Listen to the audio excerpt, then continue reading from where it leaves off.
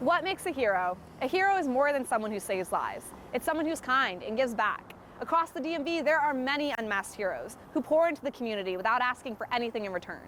We wanted to take the time to highlight those people and their contributions. I'm Samantha Gilstrap, and this is DMV Heroes.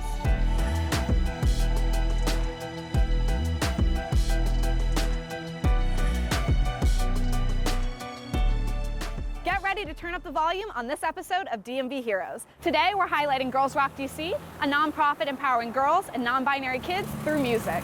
1, 2, 3, 4! Sitting alone in my room, I sing all of my favorite tunes. But I dream about playing a show. I can almost hear the crowd scream, go, go, go! We are Girls Rock DC and we're ready to rock.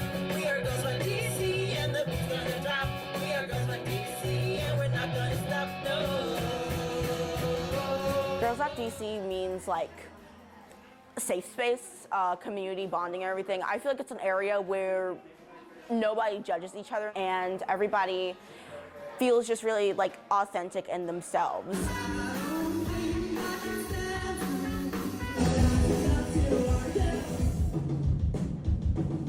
It just feels like a place you can kind of go back to and everything, where you won't be judged because there are people there like you. I've been doing Girls Rock within Girls Rock programs since I was 8, and each year there's like 100 new people, 200 new people.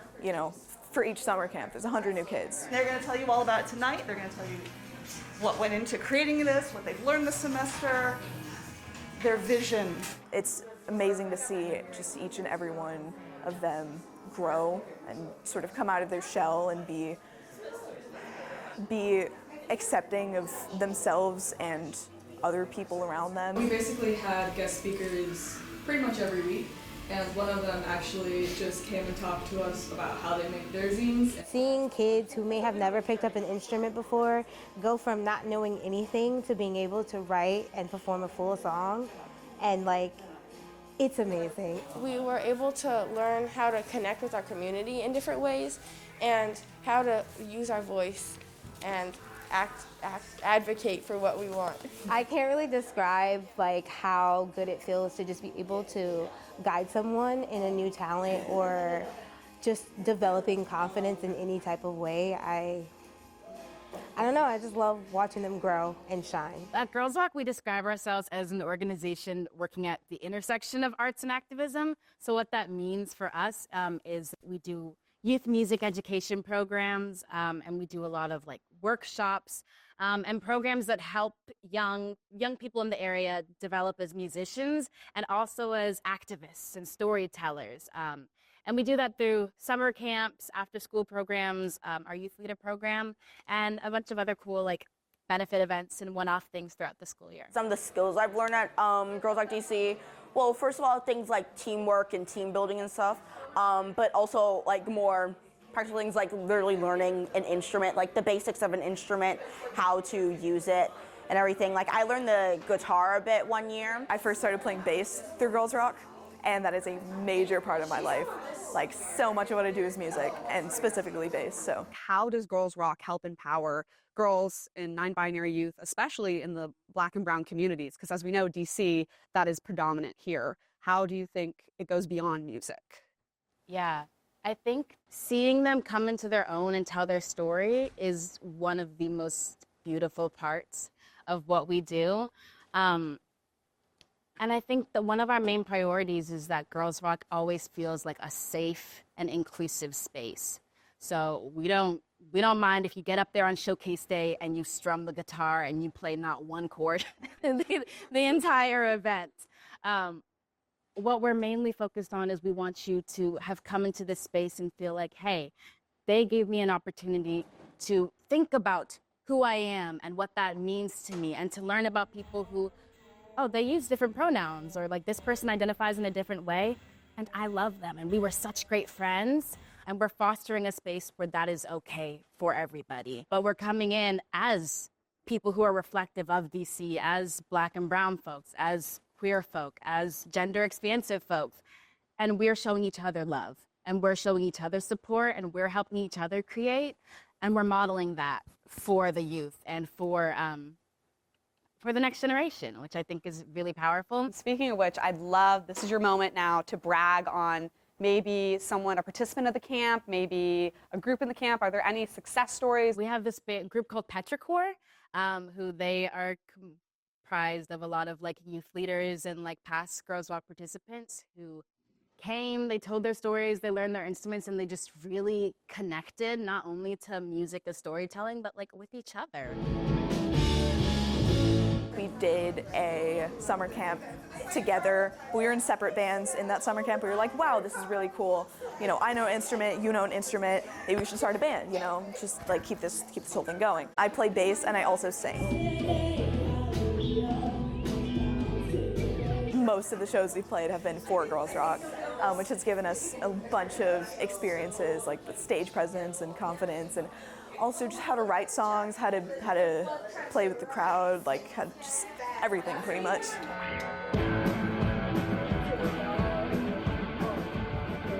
And now they're their own group in their own right, outside of Girls Rock, and they perform all over the city. They get booked and stuff.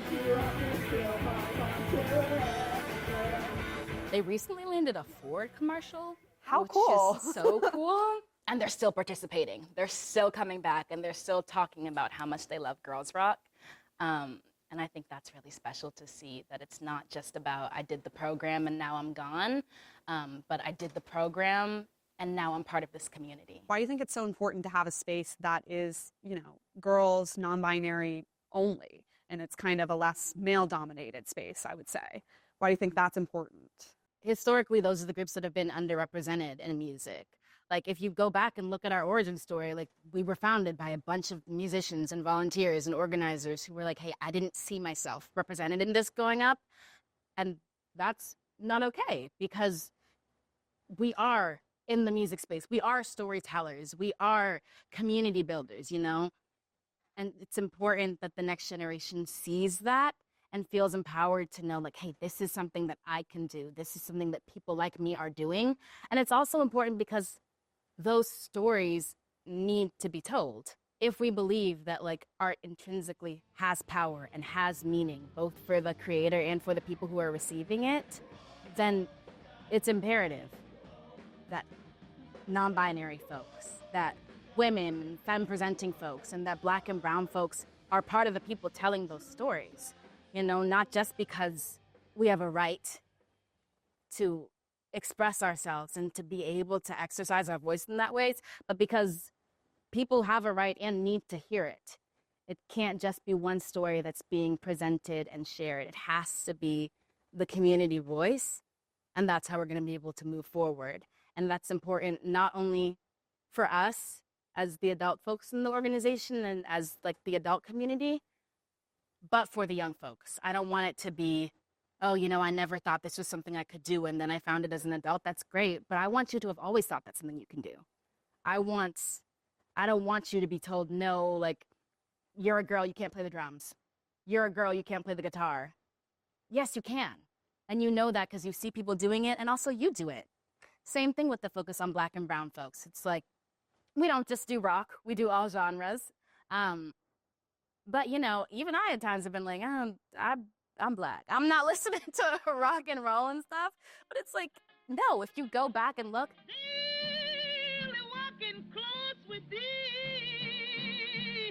Black people created rock and roll, and that's something that's fairly easy, like if you do your research, but a lot of people aren't doing the research. And so it feels like, you know, this is not a thing for me, when it's like, no, this is actually from you. One of the only stories you can tell because of your unique experience. Exactly. Why you chose to decide to work with Girls Rock and come to this organization. What inspired you to do that? Yeah, it's actually a little bit of a funny story. So my freshman year of college, I had to find a local organization to volunteer with for a project through my scholarship, and they gave us a list of like the standard orgs, and I was like, I'm not feeling any of these. So I typed in arts.org DC on Google, and Girls Rock popped up, and I started reading about what the mission is and like who Girls Rock is looking to serve. And I was like, well, that sounds super cool. Like, I used to sing and do choir and stuff as a kid, but I just had some experiences that really like rocked my confidence. So it was something that I wasn't really touching. And I was like, I'm not sure if I have anything to offer. I can't teach anybody like vocal skills or anything, but I'd love to get involved. So I reached out, and immediately it was like, yes, we have a space for you. Do you want to come get involved with our comms and our socials? And I've been with the organization ever since. How are these programs being afforded?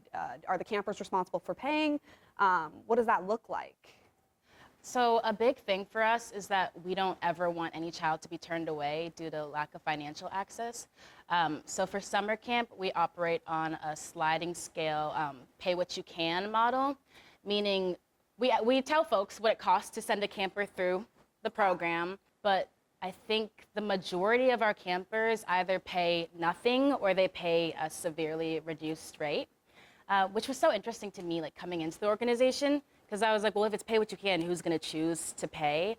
But I think it's like a really beautiful testament to community because some people will pay. Like if they can afford it and they know that it's going to help supplement another camper's experience, they'll do it. And then those folks that can't pay or can only pay a little bit still get to participate in our programs and still get to experience the power of music for their child, which I think is really beautiful. We have volunteers who help us run our programs and support our camps and after-school programs and things. I'm a volunteer. I started as a camp counselor at the summer camp where I hang out with them in the morning between sessions, take them to the bathroom, etc., talk to them if they need a cool down or like a time away.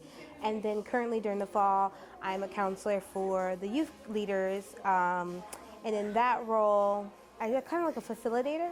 So I'm helping them kind of complete the tasks that they need to be doing in order to get to their goal. How do you continue to spread the word around and expand? By word of mouth. It's just like, I don't know, like that's how I spread it around. And also like, I talk about Girls Rock kind of a lot. Girls Rock DC has given me purpose.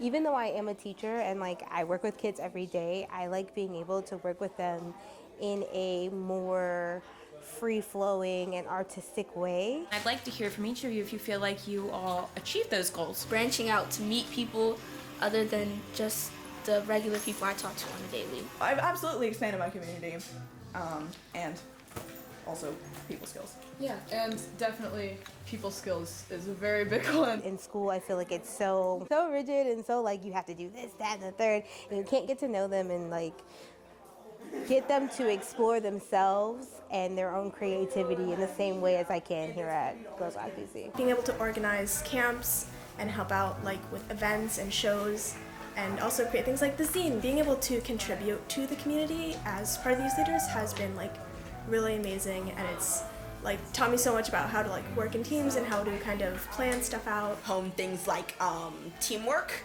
and everything, you know, making a whole zine together, and also it's helped me hone things like public speaking.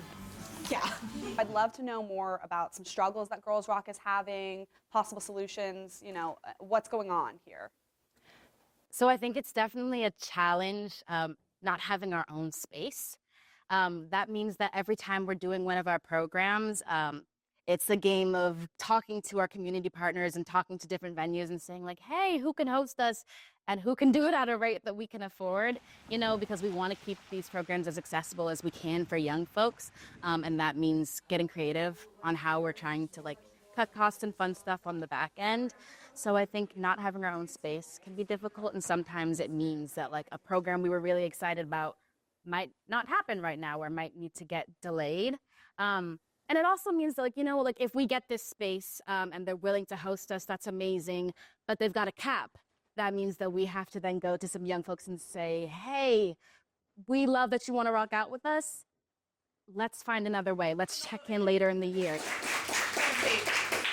We don't want to have to turn anybody away. We want everybody to be able to come and rock out with us. I'm Samantha Gilstrap. And we are DMV heroes.